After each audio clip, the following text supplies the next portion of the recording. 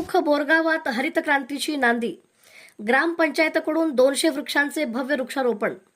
महाराष्ट्र शासनाच्या हरित उपक्रमाला बळ देत अक्कलकोट तालुक्यातील देशमुख बोरगाव ग्रामपंचायतीच्या वतीने विद्या विजय प्रशाला आणि प्राथमिक आरोग्य केंद्र परिसरात 200 वृक्षांचे वृक्षारोपण करण्यात आले.